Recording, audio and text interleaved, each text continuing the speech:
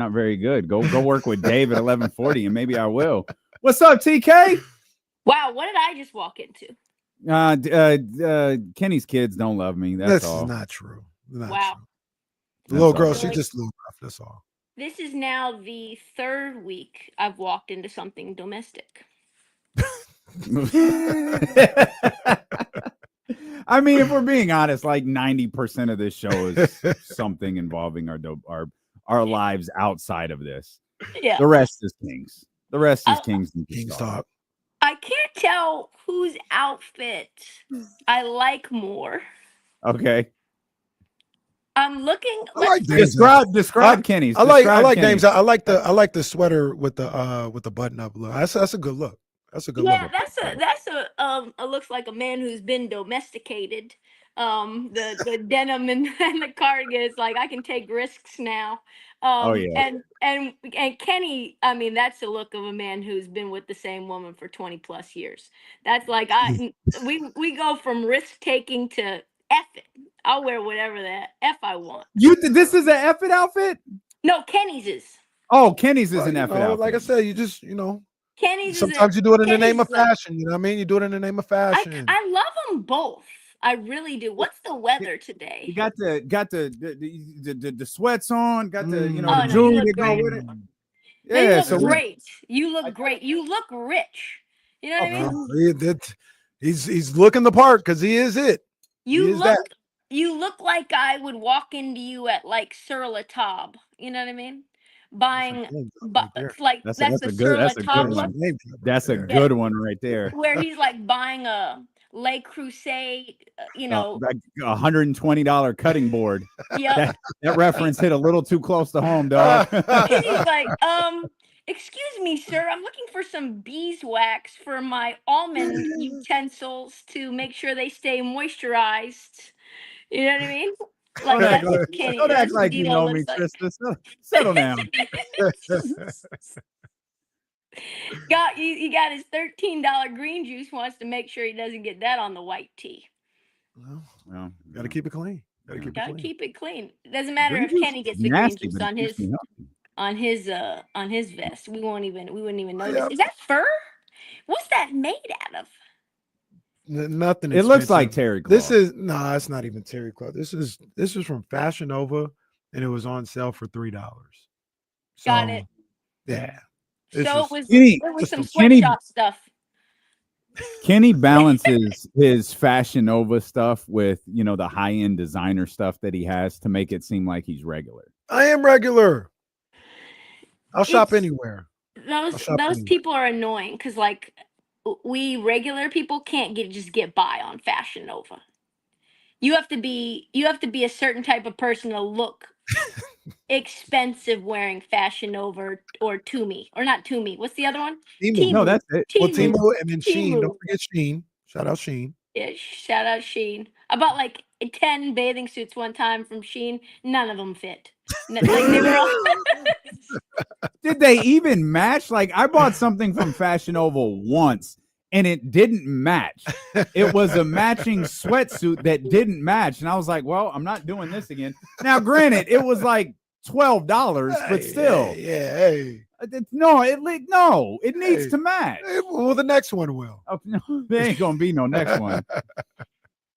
Yeah, it's a wrap. I can't do it. If I can't try something on or I don't know the store, that's why I have a very limited wardrobe. I know the brands that I like and that I can just go online and buy. Anyways, let's get into sports. Your style is no. Let's stay with this because your style is unique. I don't know how to describe your style.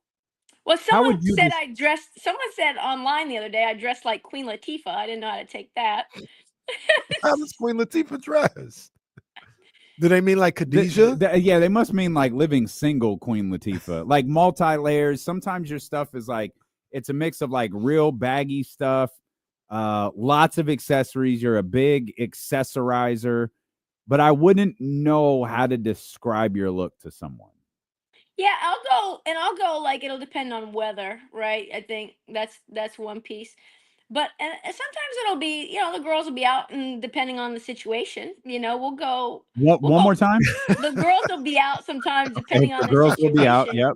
Yep. You know, like we'll do some form-fitting stuff, but it's just not that practical for my life. You know what I mean? So, what am I really gonna do You in have a some in a body double-sided. con? You have some double-sided tape outfits, right? Because I Yeah. think you have some of those on Instagram. I wear nipple covers a lot. Well, okay. I mean, who doesn't? So, I haven't told this story to anyone except for my mom. So I'm in the like what would it be called, the like radio row media room or whatever, trying to find a phone charger. Sitting Super Well, Bowl, down. right? you sound like Kenny. What event is this? Super This Bowl, is right? Super Bowl week. Yeah, at the Okay. Radio Row like media center Boy, area. these phone chargers beat the crap out of Yeah, you guys it's for tough, these bro. It's events tough. recently. So I try to find one, and I go upstairs to this little area, very quiet area where media are like on their laptops and stuff, you know, uploading footage and doing their work stuff that I clearly had no business really being up there for. There's also refreshments up there, like drinks. So anyway, I'm up there, and I've got like a button up on with just jewelry and nothing else underneath, and the nipple covers. And so I'm like leaning forward to get something, and somebody accidentally hits me. We start to talk. This guy, Nesta from the BBC. Me and Nesta start to talk from the BBC, and I'm with my friend, who is also in media, and we're just chatting. And so I'm like, "Oh, Nesta was super cool." Like we talked for like 10 minutes, and my friend goes, "Trista, the girls are out. One is loose." And I Oh, look out, and I look out, oh, and it had popped out, dog. And he goes, You think Nesta just wanted to talk to you for 15 minutes as he's trying to upload his footage?"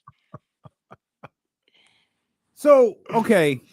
And I said, "We've got to go. We can't be here anymore. We need to leave." She I've left the never Super been Bowl. so embarrassed. She And left can New you see? Orleans. I'm blushing now. I'm like No. hot, sweating now. oh man. So, help me. How did it exit? So it was like a low cut button. Like I had buttoned it like to the, like where kind of like where here, like the So the middle of mid, my, yeah, and then yeah, so and the and thing I was moved like over. leaning forward, and it must have just kind of gotten caught and just Got it. stayed. So let me tell you why, Mister. I assume this wasn't a woman. Nesta. Nesta. Yeah, no, I was going to say Mr. Yep. BBC. Yeah, Yeah. Mr. BBC. Yep. Well, yo, hey, hey. Throw that flag, bro. Hey, yo. Hey, that's where she said he was. He's a guest. You play here. Well, that's where she said he was from. Wow. Man, this league is rigged, first of all. Second of all, he's trash because he should have said, "Hey, young lady, your shirt." He should have. I think I would have. But I mean, that's an awkward situation. No. That's absolutely untrue. I absolutely would have. No, Kenny wouldn't have. Oh, Kenny would. Why wouldn't I have said that? Kenny would have If talked to him Kenny for was 30 just minutes. meeting somebody, Kenny's not gonna have the heart. Nah, I ain't gonna do that to him, man. I ain't gonna do that. Should have seen the Real Housewives of Roseville on Friday night. In hindsight, that lady actually pissed me off. The one at the restaurant? Yeah. I don't know which one. Oh no. They love this group of older white women didn't say nothing to me, didn't say nothing to anyone else at the table. All but Kenny came over. Hey, you want to come sit over? I looked right at Katie. I was like, this is a bucket list moment for one of them. I don't know which one. Well, no, look, the lady They kind of thought pissed Kenny me was off. from the BBC.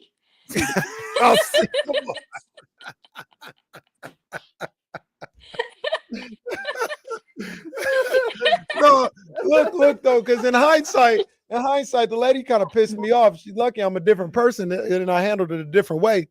Because we over there talking, and like I said, we're just talking because I had to sit there. They didn't save me a seat at the table, so they allowed me to use their seat. An hour and a half late. Well, He was making a phone call.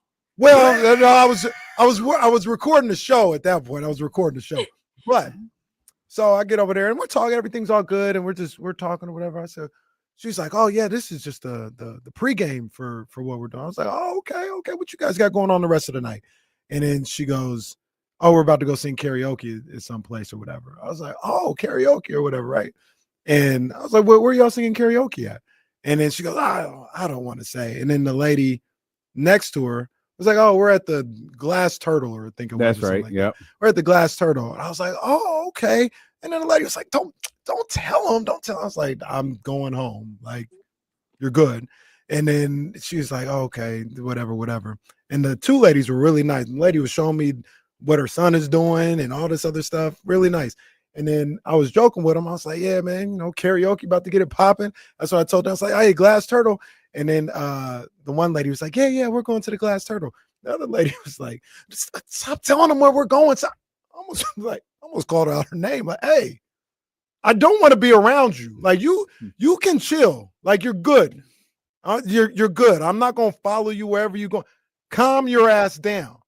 Like I said, I'm different. But person. you realize when you seem excited about their next move, it seems like you want to be a part of it.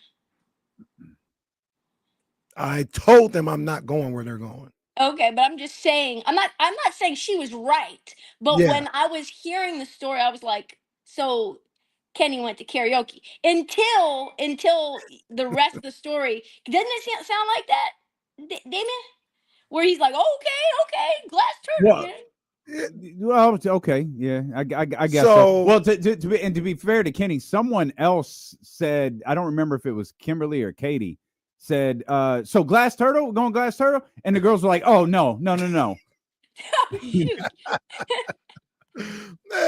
So, like I said, I could have been rude. Don't flatter yourself. Like, lady, I'm not spending a Friday night with you, okay? Calm your ass down. Go sing your little Shania Twain and leave me the hell alone. Because the last place I'm doing is spending a Friday night wherever you're at. You tell me the Glass Turtle, I know that's where I'm not going that night. I could have said that, but I didn't. Like, it could have got mean. I wasn't gonna get mean on it. And the funny thing was, he was there with us, but for some reason, he was sitting at a table with all these white women. All right. Like, don't flatter yourself, lady. I don't want to hang out with you. Let's say I could have been mean, but you could have called her the coleslaw to the dish. Like, you're the sidecar, you're the Robin. Yeah. And the other two ladies were very nice. They were like, they got it. Oh, you're the person they felt like they had to invite.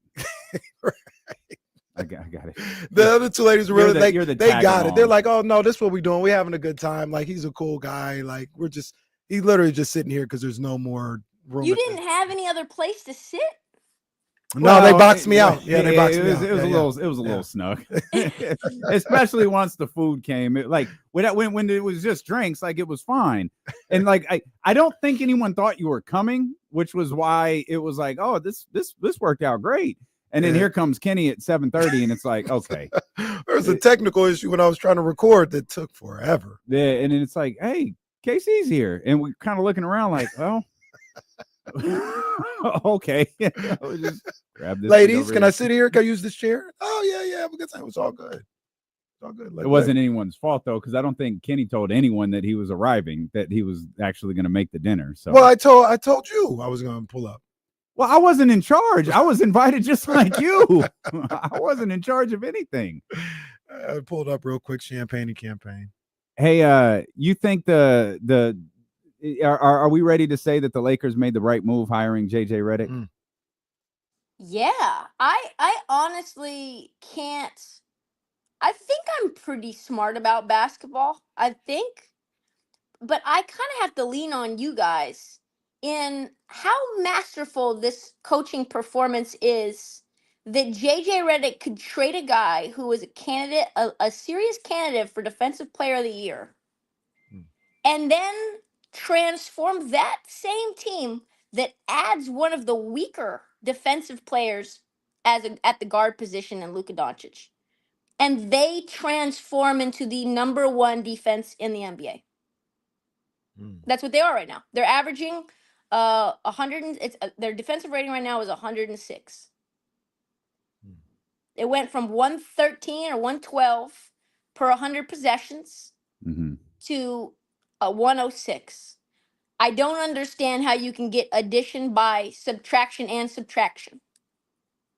You know, I was listening to a podcast and they were talking about JJ, and JJ, he said something to the effect of, you know, one of the things with coaching, maybe the most important thing with coaching, is whether or not your guys will play hard for you every night. And sometimes it's as simple as that. Like, I know it's different. It's not as good. It's a smaller sample size, but look at the Kings in the last 4 or 5 games.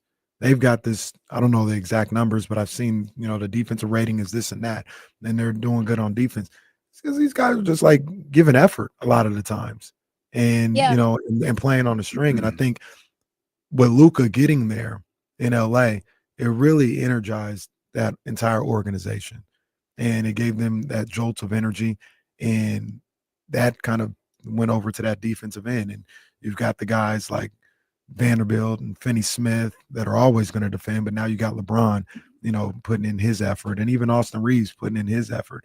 It just energized everything in that building. And I think that had a lot to do with what we're seeing on the defensive end with those guys. And if you look at Luka was hounding, just chasing his player around. I forget who he was defending, but I was like, okay, Luka, moving your feet. And I think to your point, Kenny, that's such an important point to make, because I was talking to somebody about this from the standpoint of offensive lines as well, because we talk about like, oh, you know, Caleb Williams having such a bad offensive line in Chicago, or, you know, Brock Purdy having such an incredible offensive line, and how that impacts what we think about a quarterback. And my friend who, you know, and analyzes the NFL on a much deeper level than me, he was like, Trysta, have you ever thought that sometimes the offensive line doesn't want to block because the quarterback, they don't have any belief in? They just, that sometimes the quarterback is making the offensive line look good or bad and not the other way around. And I was like, mind blown. He's like, sometimes guys don't have that effort every snap. Like, listen, you're throwing this thing 15 yards from your guy. Why am I going to put my body on the line for you? You're trash. I'm not blocking for Trey Lance. Come on. No. Damn. Trey Lance just minding his own business. Mind his own business. Here comes TK. You know, so I think that's really something that you can see with defense in the NBA as well, is that like these guys are all like the most supremely talented athletes in the world, and defense is one of those things. Of course, there's fundamentals and there's scheme behind it, but a lot of it is effort too. And sustaining effort on the defensive end is not always fun unless that's how you make your bones, especially when you're a bucket, right? It drains you on the end of the floor that you really want to perform and how you've made your money. So I'm very curious to see how long this lasts, this rejuvenation for LeBron James and Austin Reeves becoming like a plus or a medium defender. I don't know how long that excitement can last for. I think it'll last the rest of the season and probably into the postseason, but I don't know how long Luka will be that driving excitement force, because the Mavericks had him and they weren't, you know, always a great defensive team until they put those types of pieces around him. You think real quick, just update. It really did get chilly in here, right? Like right now in the middle. I told you halfway through the TK segment, Casey. Like, so you asked earlier what the weather is like. It's 58 degrees outside. Casey clearly really wanted to wear this vest. He could have gone turtleneck underneath. He could have gone hoodie underneath. I've gone cardigan like 4 days in a row, man. I had to switch it up. He decided to go t-shirt, and I said, boy, at about 2:15, because for some reason, I don't know that the temperature actually changes at 2:15, but it feels like it changes. And it's 2:15 right now on the dot. Casey just got hit. Yeah. He just got hit with the frozen tundra right here inside the Odyssey Studios. You think the Lakers can come out of the West? Yeah, I do. Okay. What was the hesitation? What were you thinking about? I was just thinking about matchups, who they'll have to face, how they defended Jokic, whether that can be sustained for 7 games, whether Denver is actually playing to the level that they're capable of, like how that matchup would look because they've had their number. Who else do I think is the best matchup to beat the Lakers? And there's just not that many, right? Are Like the Warriors a threat? Our Dubs, I'm sorry. Are our Dubs our a threat? Dubs. That's certainly one hell of a matchup. I'd love to see it, but they do feel a little small comparatively to the Lakers. I don't know who's checking Luca and Braun. That feels like it's going to be a tough matchup for our Dubs. TK, And real quick, OKC, of TK, course, I think is undersized a little bit too. you were talking about Denver, and you're looking a little funny in the light because everybody was feeling good when they was, and I was like, damn, they won a lot of, they won 8, 9 Yep. games in a row, and then I looked at that schedule, I said they were playing bums, and now they play 4 straight games against real teams again, and I don't know if they played a close game yet. They played the close game against the Celtics ultimately, right? Celtics barely covered. They beat them by 7. The line was 5.5. So they can dig themselves out of big holes. Pause. And and and I think that's a testament to how battle tested they are. But that takes a lot of energy out of you. And if you're going to have to do that a lot throughout your run to try to get to a finals again, you're going to be running out of steam, in my opinion. So I think when you've got the level of offensive firepower in Luca and Braun obviously looks like he's just taking it to a whole new level. And those are 2 like huge wing/guard players that can bring the ball up. That can get you 40 and 10 and 15, right? Like both of those guys can go off at any time and at the same time. So yeah, I don't actually know who I would take against besides maybe Denver. I don't know just based on history alone who I think the Lakers would not be favored against in the Western Conference in a series. Do you guys have any ideas? Like probably OKC just based on record. Yeah, might be the only one. Yeah, that might be it. Like I'm kind of all in on the way that the Lakers are playing right now. Even just before the acquisition of Luka Doncic, but it feels like Luka's kind of hitting his stride right now with the Lakers. And well, I was going to say, I think it's also a combination of not that the West is weak. I don't want to say that, but championship teams. I don't know if they have any. Yeah, OKC, they're hands down going to be that 1 seed, but I got questions about them in the postseason. Lakers might be the one team that you don't have that many questions about. And when you talk about the Western Conference, you compare that to the Eastern Conference, they got 3 or 4 teams that you think like are legit championship contenders. The West, as good as the teams are, that top end talent, I don't know if they have it this year. And that bodes well for the Lakers. Yeah, I agree with that. Especially the way that Memphis has fallen off and Houston's fallen off. And Houston has issues scoring, as does OKC at times. So you're talking about a number 1 defense since they've made that trade and a team that has 2 potent firepower type stars. They're going to be tough to beat. They're going to be really tough to beat. And it really, again, we talk about Luka Doncic finding his stride. Zach LaVine has found his stride with the Sacramento Kings. I knew you were going to do that. Well, I know Zach LaVine makes you want to vomit, but he is the Western Conference Player of the Week. He's playing really well over the last 4 games. He's shooting 66% from 3. The Kings are 4-0 in those games. They're a season high 4 games over 500 right now. What do you think of this little run that the Sacramento Kings are on? And now all of a sudden, the 6th seed very much in play for this crew. I mean, the only impressive win really is the win against the Rockets. You're talking about a Mavericks team after Kyrie tore his ACL. You're talking about the Jazz, who are bottom feeders. They're trying to get Cooper flagged desperately. And the Hornets set an NBA record for most, largest losses 3 games in a row. So the Rockets, and like I said, when the Rockets go cold, they go ice cold. I'm going to need to see it against some teams that can score.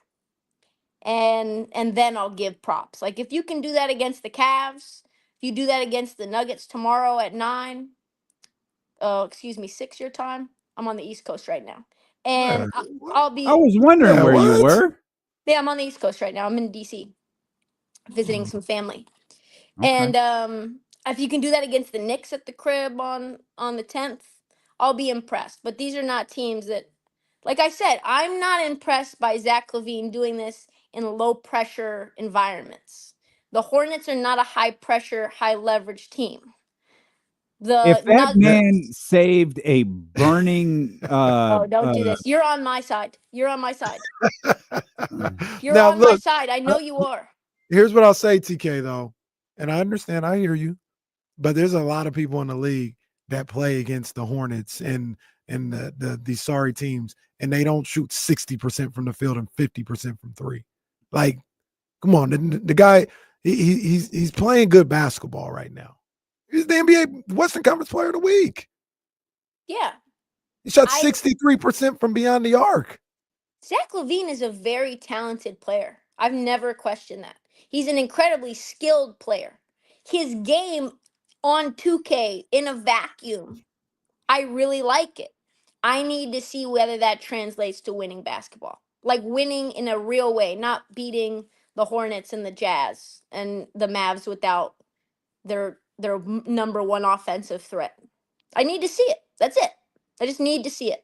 If he started pulling puppies out of the Potomac, saving their lives one by one, would you even bat an eye? Like, if he stopped the Potomac was low that day, so it's the Potomac. The water was low that day in the Potomac. It wasn't really challenging for Zach. What you're saying is that you feel like I'm breaking my back just trying to discredit and diminish his accomplishments. Is that what you're saying?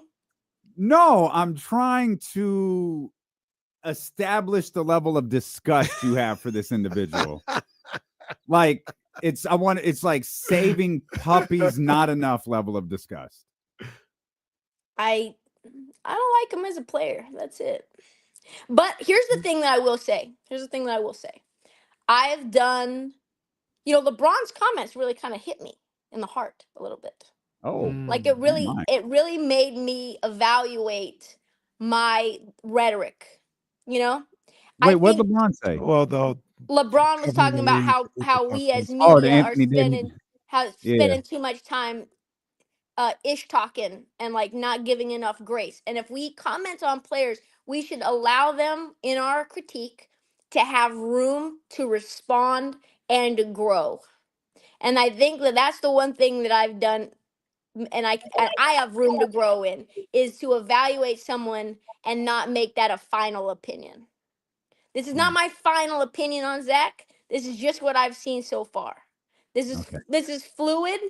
I'm ready for him to prove me wrong. I hope that he does. As you guys know, I'm riding with y'all. I hope that this trade ends up looking fortuitous for Sacramento. But as of now, he is not a player I would want even on the Portland Trailblazers. I would not want Zach LaVine on that team. Well, it goes to like what we had talked about even before LeBron's comments, and just how you talk to regular people about a player and then basketball people about a player. Like if Mama Krick was there and you're like, Mama, this dude Zach LaVine, he can fly, he can shoot, like he's really good. And then you talk to D'Lo on KC and like, this guy's a bum. This guy's and I understand it. I get it. I understand the nature of why people, have that type of thought on Zach LaVine or others like him. But like I said, I've watched him now, in depth, on my team for a little while. He's a pretty good ball player. Like maybe he's missing. Is he lesser than you thought, though? Now that you've got a close eye, or no? No, I think his one hiccup might be like the things that you talk about, being able to do the things that he's doing against the Hornets and stuff like that, against championship contenders in the clutch, all that. Like I could see that being an issue, but he's pretty good, especially this year. Like he's having the best year of his career. I went back and looked like at his game log. I mean, he had 33 or something in the Garden to beat Boston earlier with Chicago. Like he had big games against the Knicks and and teams that are good. Like, I ain't saying they're like the best there, but big moments. He's had some good games this year. I think his time off last year and some of the things he talked about going into at the media day this year and how he approached, I think that's really helped him. And he's walked that. He was talking about it on media day, and he's walked that this year with the clarity that he's had in his mind in approaching the game of basketball. And maybe you can grow a little bit 10 years into the league. And he's on a positive note, he's shooting 50, 40, 90 right now, which is as a king. Yep. That's an incredible stat line for anyone. I will say that you can't have any high pressure moments as a Chicago Bull. Like, you could go to Boston, none of those moments, none of those games are meaningful. You know that you're just out there hooping because this team's not really trying to accomplish anything. But what I will say is that I think the thing that makes probably people upset about my mentality, and probably a little bit like how James Ham thinks about basketball too, is really when I'm evaluating someone to other basketball players, it's from a lens of like, as a fake GM, as like a low budget GM, like, do I want this player on my team? Do I think that they contribute to winning? Are they worth the money that I pay them? Are they worth the draft picks that I've collected to get them? Are they worth the player that I traded for them? It's not in a vacuum, and maybe that's wrong. Maybe I should just evaluate Zach as the player individually without all of those factors. But when you're building a team and you're trying to win a championship, all of those things are factors that come into play that I can't help but to get out of my mind. Before we let you go, is the refrigerator door open? No, it's the dishwasher door. I kind of feel like it's the the boop, like the fire detector. I kept hoping no one would hear it, but this mic. I didn't hear it. Oh, you really? Yeah, I didn't hear it. Oh, I've heard it the whole conversation. I just knew. I was like, well, she's no selling it, so I'm just gonna wait till the end to bring it up. Yeah, I shut the thing. I don't know why it's doing that. Sometimes you shut the dishwasher door, and if it doesn't start, it's telling you like, "Hey, push my button again" or something. But I don't know how to work this dishwasher. So yeah, I thought it was a little like the fire alarm or the the smoke detector battery going, going. Yeah. All right. Well, We're how not long even you gonna have talk Kyrie's injury? Oh, okay. Well, first of all, you don't have to yell at me. Like, we can keep going if you want to. Okay, We ain't got to go nowhere. Yelling, wow. Sorry. We never have to end this segment. Especially the way you and I were talking privately. I'm devastated over Kyrie's injury. Man, I saw that today. And I don't usually get emotional about like people I don't know and people who have millions of dollars and they're going to be fine. But his legacy was changed this year. His reputation was changed this year. To handle everything that he's done with grace and class and as the most consummate pro and being a brother to Luca and yet still, not being sour on the organization that clearly effed up, and then going through the injuries that he's been dealing with his, the issue in his lumbar spine, and he takes the burden for more minutes, 40 minutes a night now, as somebody who's in his 30s and is sort of now put the whole franchise on his shoulders, like he did back in the day with Cleveland before Braun came back, right? That's the last time that Kyrie has been in this situation without a true other Batman with them. So he does everything that he's asked of doing, and he performs at a level higher than we expected or have seen in many years, giving us highlight after highlight, playing through pain. I wouldn't have been surprised if he would have just shut it down or load managed after the Luka trade. And then in a contract year, he has a player option, but they were essentially going to commit to him and giving him the bag. To tear your ACL, and I don't know what I don't know what the Mavs really are about. I don't think they have a lot of loyalty. They don't have a lot of chess moves, but I certainly don't think they're a loyal franchise in terms of, say, a team like the Warriors are when Klay Thompson tore his ACL and they gave him a max deal in the wake of that. So it just sucks. And it sucks as basketball fans. Like, that's the only reason we were tuning in to the Mavs at all. And then now probably Anthony Davis is going to shut it all the way down, because why would you want to play without him? And so, like, that's all happening in my mind. At the same time, I'm like, man, the Mavs really are a trash organization. To go from a team that was in the finals and dominant to get to the finals to a lottery team without two of your franchise players now and another one we don't know when he's going to be back. Man, that's just like, if fumbling the bag was a team, that's this team. Man, That's tough. man, That's tough. That was heartbreaking to see. And like you said, I'm kind of like you, Trysta, with these players and these celebrities. I feel for the moment, you know what I mean, but I kind of keep them where they're at. I don't know these people, you know what I mean. They don't know me, so I don't get that invested emotionally in them. But that was heartbreaking to see Kyrie go down, and I think maybe what added to it was him shooting the free throws, Yes, him thanking God and all this other stuff. Even in that moment, thank you, God, and I didn't even recognize the tear till I saw it on your stories. That was heartbreaking to see, because he has kind of changed his legacy a little bit. He has, I believe, he has grown from some of the things that he went through, and the type of man that he wants to be, and the type of energy that he wants to put out there into the world and be about. Much like I kind of talked about with Zach LaVine, he's walked it.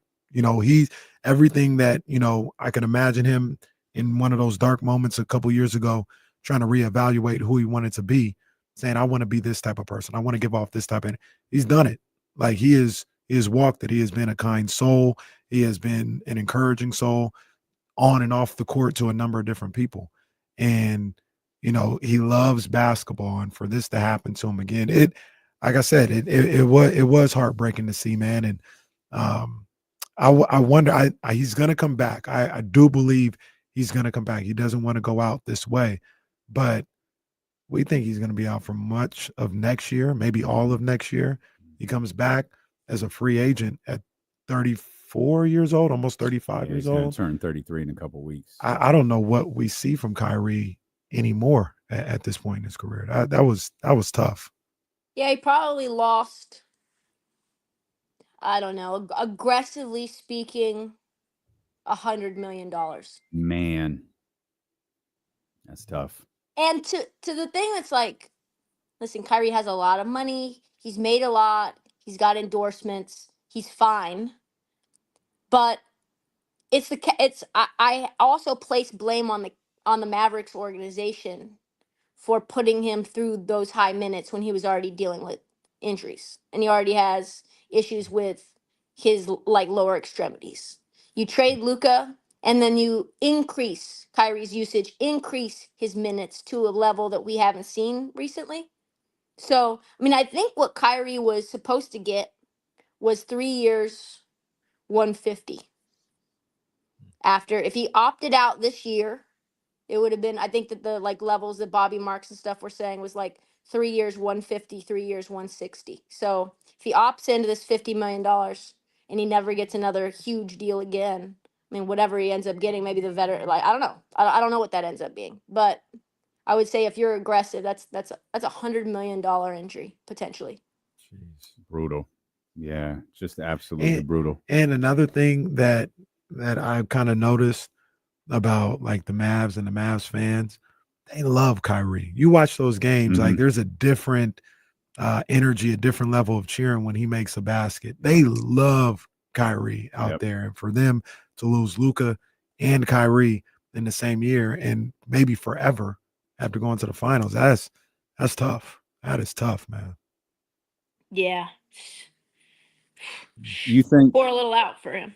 Yeah, seriously. You with that said, though, looking at the conference, we think that Dallas is heading in a certain direction. It's hard to believe, even with Hardy going down last night, they're running out of players at this point to field. They need Scalabiciers and G League guys to come up and fill their roster. Kai Jones, who was fantastic. He did play well. But that's what we're talking about with Dallas. You have Phoenix, where they just might kill each other before the end of the season. Now all of a sudden, and I'm dead serious, I feel like the door is open for your Portland Trailblazers to get to the 10th spot. Man, I'm so glad you brought him up. I'm so glad because, like, this is a team that really has no expectations. This is a rebuilding team. This is a team that is just trying to organically grow, like the Houston Rockets were 3 years ago post James Harden, like the Orlando Magic have been trying to do, like the Detroit Pistons are trying to do. Closer to Houston because we lose a franchise star, right? And we're trying to like pick up the pieces from that out of nowhere. But I was watching the pregame and Isaiah when Blazers played the Cavs, which was a tremendous game, by the way. I don't know if you guys saw it, but it was a great game from pretty much start to finish, and had a lot of excitement even at the end. But he said, I don't think after beating the Celtics that the Cavs are really ready for this team. Like, I don't think that the athleticism and the length and the toughness and the grittiness, this is pre-game. He goes, they're not ready. I don't think they're expecting what they're going to see from Portland.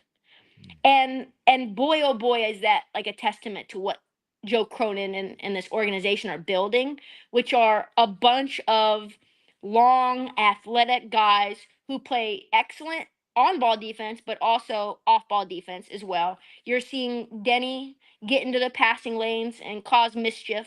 I think Tumani Kamara, if you redrafted the 2023 draft, he's probably top 5 in that draft. And he was, what, 54th overall? He won Defensive Player of the Week or the month, just like yesterday.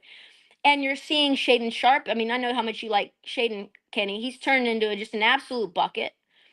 And even guys who nobody's ever heard of will get you 3-4 good minutes, like Duop Reith. He's like multiple possessions where you're like, okay, what are you doing? You know? And like, this is a team that doesn't even have their starting center or their backup center, right? No Ayton, no Rob Williams, and they're rolling out with Donovan Clingan, a rookie, and a guy who we picked off the street in Duop Reith. So there's just a lot of athletic long dudes that want to play defense and also like to get up and down the floor.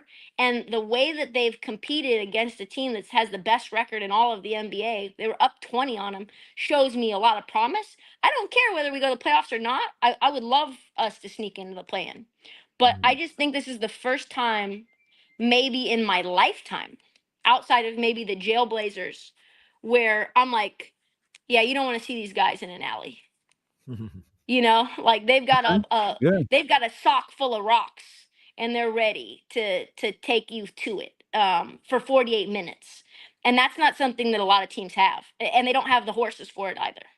Wow. This team you figuratively don't want to see in the alley. The Jailblazers, you really didn't want to see them. No, you didn't want to see them in alley strip club, Club Ricky's. You didn't want to see them anywhere. 705 J Street. Well, they've been known to. I think that's where I met Rasheed Wallace the first time. The Portland Trailblazers, who absolutely can chase down Dallas, leapfrog Phoenix, and chase down Dallas, according to Tankathon, the 3rd toughest schedule remaining in the NBA. So the good news for them, though, is Dallas is decimated, and Phoenix who's right in front of them, has the 1st toughest schedule remaining. So they got a possibility of being able to pull something out, man, and have a nice little finish to the season and get into that play-in. And once you get into the play-in, anything can happen. Yeah. Last game of the year, too, playing the Lakers at the crib. That'll be a good one. That'll be a really good one. I'm excited to see how the rest of the season plays out. How do you guys remember feel the about last time? I shouldn't say the last time, but do you remember one of the famous times that matchup was the last game of the year? I don't. This is when Kobe hit those 2 shots. Remember that? That was the last game of the year. We just always have this like really, really interesting dynamic where I could see us beating the Lakers in the last game of the year. Probably won't matter to them. It certainly is going to matter to us. But those games are always hard fought, and they're always filled with vitriol and venom and all kinds of like. Remember when Ruben Patterson deemed himself the Kobe stopper? The Kobe stopper, Ruben Patterson, Cincinnati's finest. Yeah, I mean, and the Kings, you guys look like you might be making a push as well. We'll see how it goes. 6. We trying to get to that 6. Yeah. In the 8 seed now, you're what? You're a half a game out of 6. Yeah. This is really interesting though. The tables can turn so fast right now, especially in the West. Between the fifth spot and the 10th spot is only like 5 games. So if somebody goes hot or cold, you could really rise up. I would, if you guys make a playoff spot for sure, I'll have to be there. Absolutely, you guys can set it up. Oh, man, Count pull me, up. count me in. Oh, man. Let's go. Yeah. Let's go. We'll make sure Kenny has a phone charger that day and everything.